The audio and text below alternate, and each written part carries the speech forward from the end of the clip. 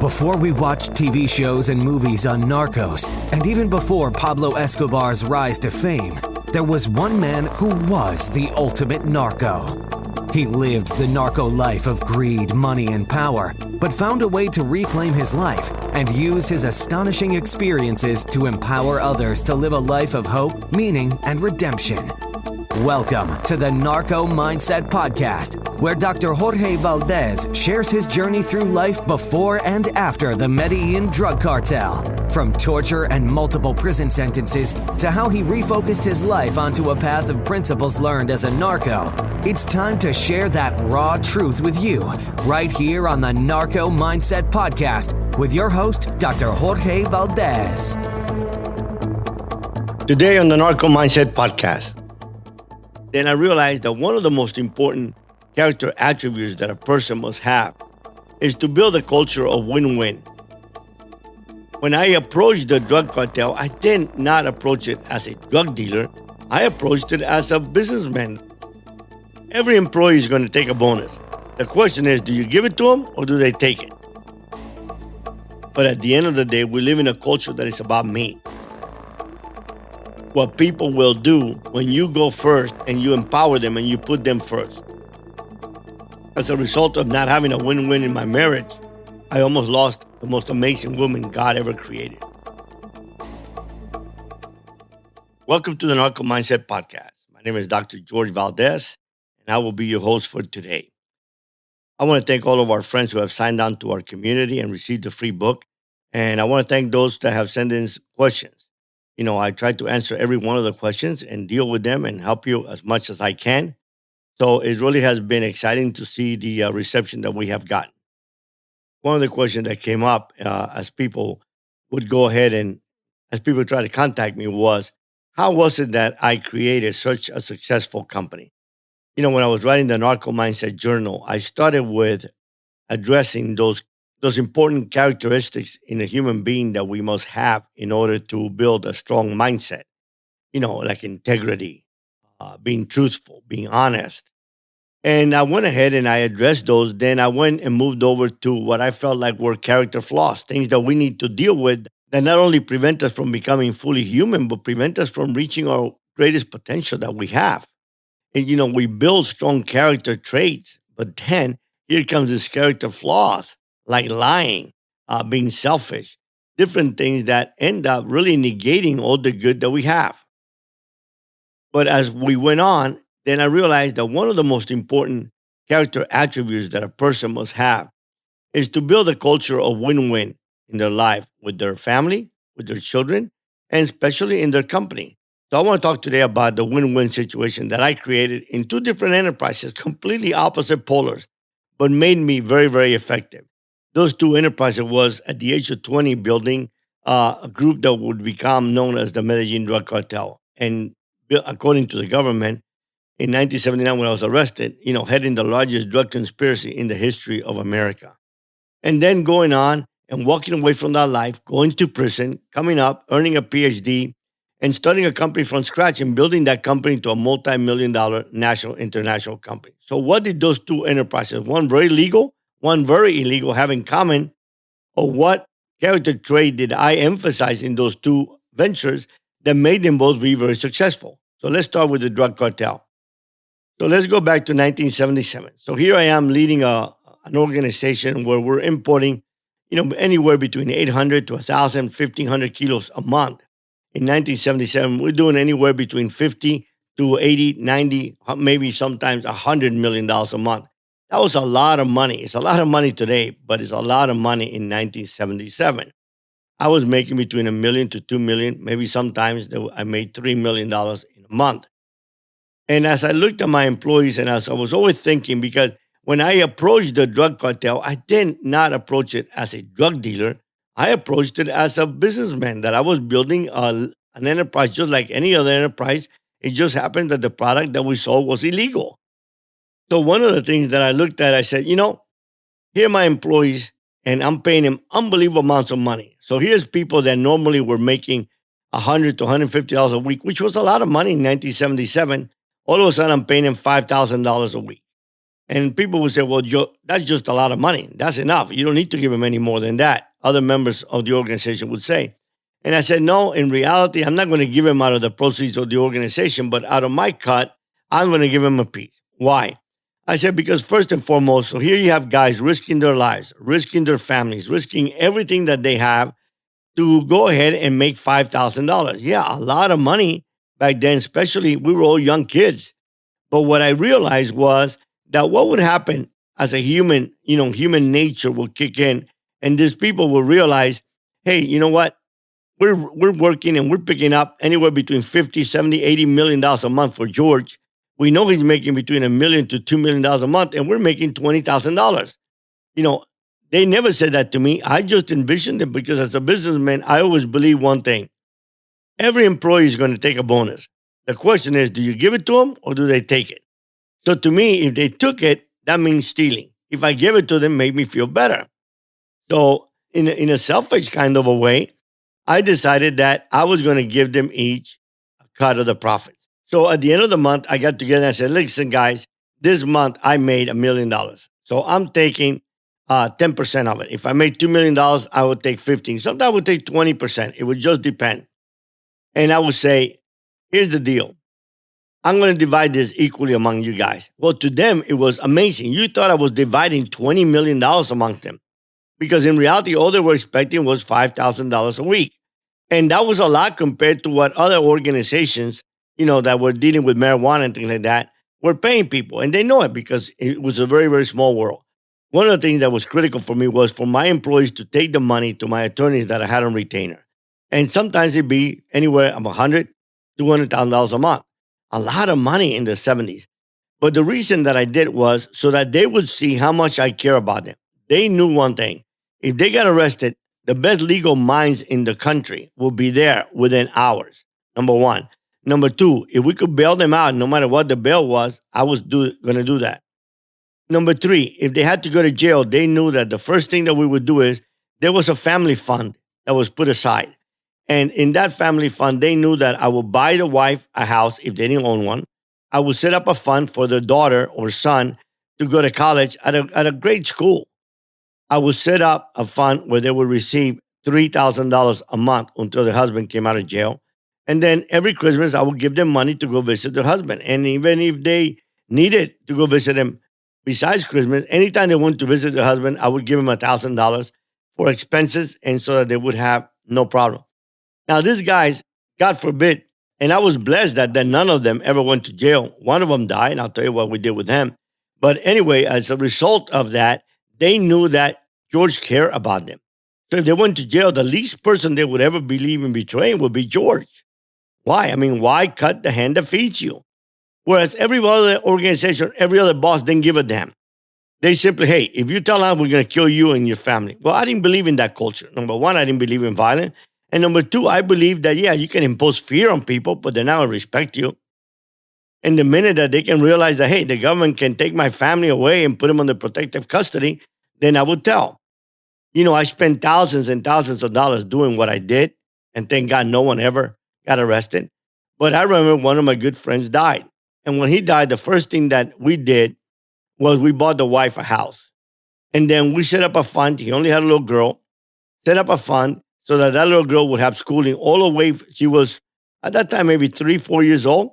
So we paid for a private school all the way through high school and all the way through college. And then we sent the wife $3,000 a month. A lot of money in the 80s. Why would I do that? Number one, the wife did not know anything about us. The husband was dead. I did that because number one, it was the right thing to do. And number two, other people were looking at it and seeing what I did. So they felt that, hey, you know what? We'll die for George because this guy, he doesn't abandon us when it gets dark. So I earned tremendous respect from them.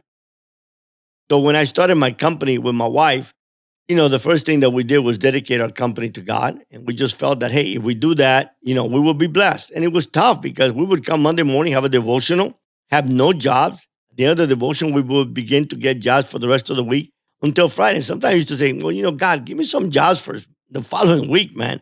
You're sending me weekly to weekly, and I'm here staying on my knees. And perhaps that was where I needed to be. But one of the things that we did at the beginning is we set up a profit share. We would have what we call rolling quarters. In other words, in rolling quarters, we got our managers to sit down and to realize how much it was costing us to run the company. So we did as an accountant, I had daily financial statement because I believe that you'll never miss a 200, 300, 500, depends how large your company is, or $1,000. But eventually, all those little 2, 300, 500,000 will become 10,000, 20,000, 50,000 before you catch it. And by then it's too late. So one of the things that we did is we would let employees set expectations of what they could produce for the following month. And we compare everything to the same month the year before. And having a disaster restoration was very difficult to pre-plan anything because catastrophes did not have a calendar. But we knew cycles, and we know in the winter there could be frozen pipes. We know in the summer there was hurricanes. We knew different things like that. So why did I do that? Why would I give the employees a percentage of the profits every month?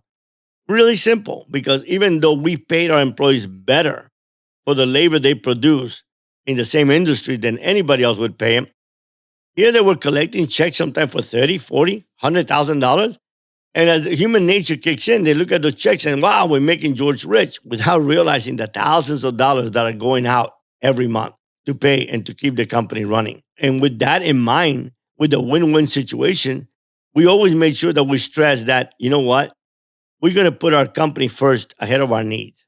We never went out and bought it. We didn't buy a car for years. We drove an old pickup truck until we built a company that could afford to buy us a nice car. But for many years, our employees had much nicer cars than we did. And there was times when they knew that the cash flow was slow, that we didn't have enough money to pay their salaries and ours, that we always paid theirs first. And when times came that we missed 2 and 3 weeks without cashing in our salary, and they knew our lives because we're like a family, many of them would come to us and say, you know what, I can hold my check for 2 weeks, 3 weeks. I have enough savings. And I always refused that because I believe that if I put the needs of my employees first, as a Christian, it was just simple. Put the needs of others ahead of yourself. Love others as you love yourself. So as we created this win-win situation, to me, it was one of the most important things in our company. And actually, one of the reasons why I believe that we grew as we grew. Part of our win-win situation was that we gave back. And we allowed our employees to see that we gave back. We gave 10% right off the top. And that was difficult. I'm not going to sit here and tell you, oh, give 10%, everything will be fine. God is going to bless you because it's all biblical. Forget about the Bible. Forget about any of that. Whenever I mention the Bible, really in reality, I'm talking about extracting the moral principles that are in it. This is not a podcast to convert anyone or to talk about religion. When I mention it, it's because it's what's important in my life. It's part of my story. And to negate that would be to just be fake and not to tell you really the truth. But I believed in that principle of giving because even there was times when we said, okay, you know what? We can't go on vacation this year. We don't have enough money to go out to the movies this weekend or to go out to dinner. But we knew one thing, that 10% that we gave to people would make a much bigger difference in many lives. Because yes, we couldn't go to the movies. Wow, what a tragedy. There were people that didn't have a roof over their head. There were people that were struggling figuring out how are they going to feed their family. Part of our win-win attitude is we realized that there was a lot of issues that single moms were facing as they work. And many of them, especially when the children were little, had to leave the office, had to go take care of their children, had to run errands for the children, had to take the children to a doctor. So we sat down, my wife and I, and we decided, you know what? Let us build a nursery and let the employees pay $25 a week. Now, $25 a week, as you know, for daycare is nothing. And in reality, it wasn't the $25 that we care about. The reason that we charged them $25 was so that they felt that they were part of this, that they had ownership in this enterprise. We let them decorate the room. We took a space of 20 by 20. We hired a lady that knew how to take care of kids and had experience. And then one of the only conditions that we put was that every break that mother took, whether it was her midday break, her mid-morning break, or her lunch break, she had to spend it with her child. And it was amazing to see the impact that had. And when we looked at it, all it took was some space, paying someone. At that time, I think that we were paying that lady $400 a week. This was in the mid-90s. So we were paying anywhere between $350 to $400 a week for that person. And it might seem like a lot, but at the end of the day, it was the cheapest thing that we paid for. Why? Because no longer were employees having to leave the office. No more were employees worried about what was happening with their child. No more was a mother worried about what time she needed to rent out so that she could make a doctor's appointment. They had total flexibility. And what we began to see was that when a mother had to take their child to the doctor during the day, number one, the first thing that many of them did without us asking was they would stay after hours and finish their job. So they loved the company because what other company provided daycare? And, we were making $1 million a year. And when you think about $16,000, $15,000, whatever it was that it was costing us, it was nothing compared to the loyalty that we got, nothing compared to the goodwill that we got with our employees, and nothing compared to us giving back to our employees, empowering mothers not to have to worry and to sacrifice wondering what was happening with their child. I mean, if a mother felt anything was wrong, all she needed to do is just go to the nursery and see her baby. And if she needed to stop work and deal with some issues, there was no problem. There was no restraints. She had freedom, complete freedom to do this. That's a hell of a lot better than many mothers leaving the workplace saying they had to take their child to a doctor when in reality they don't. Or a lot of mothers not coming to work because their child might just be a little sicky when in reality it was fine. It was amazing the result that we saw. But again, it was all part of a win-win attitude. When we live a selfish life where it's all about us and not others, when we don't care what happens to others, all we care is about the bottom line, when people become nothing but an item in that enterprise, when they become a number, in other words, she's supposed to produce X, she's supposed to produce Y. When people become nothing but that, then in reality, what ends up happening is every minute that they have, every minute an employee has, they will take advantage of it. I always said that the number one reason employees leave the workplace is not because of a lack of money, it's because of a not being appreciated. Think about what it costs companies in turnover. Think about what turnover costs companies day in and day out across America, across the world.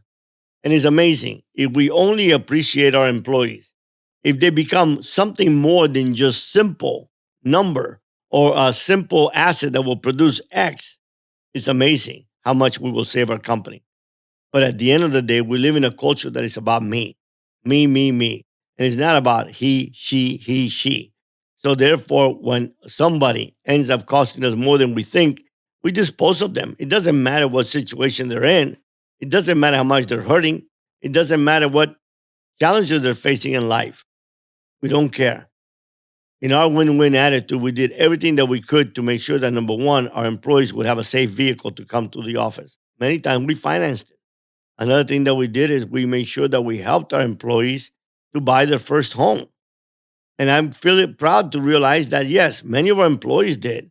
And every time that we had a good month, there was a bonus for everybody. One of the things we did in the summer is we began to let the office personnel rotate and take a Friday off. So that day they ended up having a 4-day week. But they rotated, they drew numbers, what Friday they would take, and they made them unbelievably. When they came back, sometimes they didn't work 8 hours. They worked 9, 10, 11 hours because they felt that they had an obligation to go ahead and fulfill their commitment. We didn't demand that of them. It was just the outcome of the goodwill that we earned by giving them a Friday afternoon or giving them a long weekend.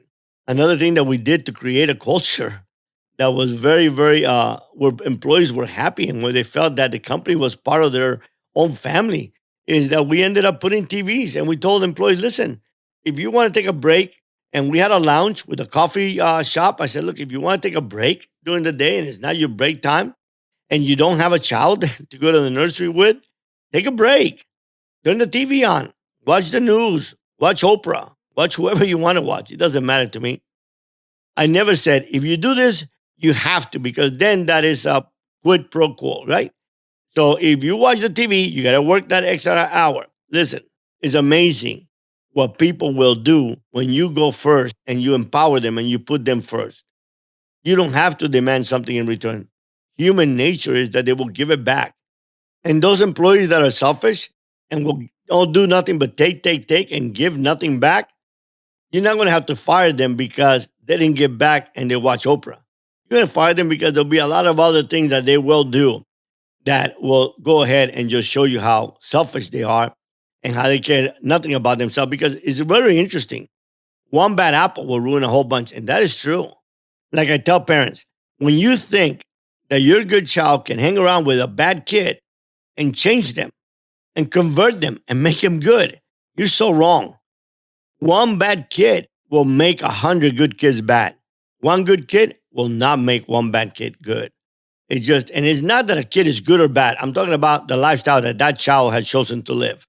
To me, every child is precious. To me, every child was born with an amazing gift from God and unbelievable potential. It's just the circumstances of their surrounding. It's the circumstances of parents out of control. So when I say one bad kid, I'm not saying one bad kid because the kid is bad. I'm just saying one bad kid that is exemplifying behaviors that are just not correct. One bad kid that might like to steal. One kid that doesn't have no respect for others. He wasn't born like that. It's as we look at the hatred that exists in the world today. People are not racist by birth. It is a learned behavior. When we see parents tell their kids horrible things about another person because of the color of their race, and that's all that child sees, that's how he or she's gonna become. In a win-win culture, that doesn't exist. In a win-win culture, when you even deal with your children, you let them know that, listen, it's not all about you. It's about us as a family. There's no I in team. That might sound like a cliche, but it's so real. And if you tell your children that from a young age, if you give them a culture where you go first and where you show them that, listen, I'm out here busting my rear end to create a better world for you, to provide opportunity that I might never have had, to allow you to live a better life, a fruitful life. But there's consequences, and there is, he or she who much has been given, much is expected. The problem is that we give, and don't expect anything in return from our children. It's not that we need something in return. It's a matter of teaching them to give back. A child only becomes who you are. I tell this to my children. I tell this to my girls and boys. I tell my boys, listen, the man that you become is the man that your son will become. The way you treat your wife will be the way your son treats her. My daughter, I have one that's already married, amazing, married to a wonderful young man. And I tell the other ones, when you marry somebody, if that person abuses you, I have no doubt that you're going to say, no, I don't have to take that crap because I saw how my father treated my mother. And that's very, very, very important because children are like a sponge. They're looking. So in a win-win attitude in the family, in a win-win attitude in your marriage, is it all about you? That's how it used to be for me, and it nearly cost me my marriage. I remember whenever I wanted, let's say, a barbecue, I waited till Mother's Day, and I said, honey, look what I got for you, a barbecue. She said, she didn't want no barbecue. I wanted a barbecue. When we were able to buy our first good vehicle, it was a Land Rover. And I remember telling my wife, look, the amazing car that I got for you. Well, she didn't want the Land Rover. She hated big cars. All she wanted was a smaller vehicle. But I didn't. I wanted that, and I used Christmas as an opportunity to tell my wife how generous I was giving her that wonderful vehicle. As a result of all that, as a result of not having a win-win in my marriage, I almost lost the most amazing woman God ever created. I had to learn. I had to learn a lot to change and to save my marriage. And today, 23 years married and 25 years together, the thought of spending a minute away from my wife just hurts me. The thought of spending the rest of my life without her, I'd rather die. That is the truth. That's how I feel. You know how you really love someone? Do you realize when it is that you truly love someone? To me, I learned that the day I realized that to spend the rest of my life without my wife broke my heart. That is because my wife is everything to me. But I had to create an attitude of a win-win in our marriage. It wasn't about me. And for many years, it was. That's all that mattered. For many years, it was just like in the cartel, I would tell people, listen, we will die for each other. And there was a time when I got shot up 28 times going to a house in the middle of the night to get my partner out because he was being shot at. Thank God I didn't even get a scratch. But I said, you know what? I'm willing to die for any one of my employees because faithfulness is everything. Then I looked back and what a hypocrite I was. I cheated on my first wives. They didn't deserve that. They were good women. And it was me who was a scumbag. And I was never able to realize when I could have a good marriage, why it was that I kept having divorces. I used to think that it was because I kept marrying the wrong women. No, I didn't marry the wrong women. Each and every one of them would have been an amazing wife. Problem was, I finally realized is that the common denominator in my failed divorces was me. I kept bringing myself into the marriage. And it wasn't until the day that I changed, the day that I realized I needed to look at the pain of my wife and not mine. I needed to love my wife the way God loved me, unconditionally. The way he loved me when I was the scum of the earth. He didn't love me when I became a good person. He loved me when I was in the deepest of all sin. The day I could learn to love my wife that way, the day I could put a win-win where my wife came before me, and as a result, she'll take care of me. But we must learn in life that the only way we create win-win situations is when we do things unconditionally, when we express love, when we express appreciation unconditionally. Because if not, it's not a win-win. It's just the result of a condition. So as you build a strong mindset, one of the most critical components that I teach those that I coach is to create a win-win. To create a win-win in their family, to create a win-win in their children, to create a win-win in the workplace. And usually, the first step in creating a win-win is when you put the needs of others before you. So think about that today. And thank you so much for listening to another episode of the Narco Mindset Podcast. My name is Dr. Jorge Valdes. If you enjoyed this episode, sign on to our website, sign on to our community, get a free copy of my book, and share the message with others. I can't do this alone. I'm on a mission, and you can join that mission. Together, we can change the world for better, even if it's just changing one person at a time. Everyone is struggling. Everyone is hurting. Everyone is in need of some hope. Everyone is in need of some redemption. Sometimes I feel that most of us change when we see that somebody has changed. So if Jorge Valdes was able to change, any human being can change. Just how bad you want it. Again, thank you for listening to the Narco Mindset Podcast. Tune in next week for another episode. God bless you. Have a wonderful week. We've come to the conclusion of this episode of the Narco Mindset Podcast, but your path towards hope, meaning, and redemption continues. For more information and resources to help you on your path towards finding a life built on integrity, honor, and truth, head to JorgeValdesPh.D.com and join our community. We appreciate you joining us for this episode and look forward to helping you find your turning point right here on the Narco Mindset Podcast.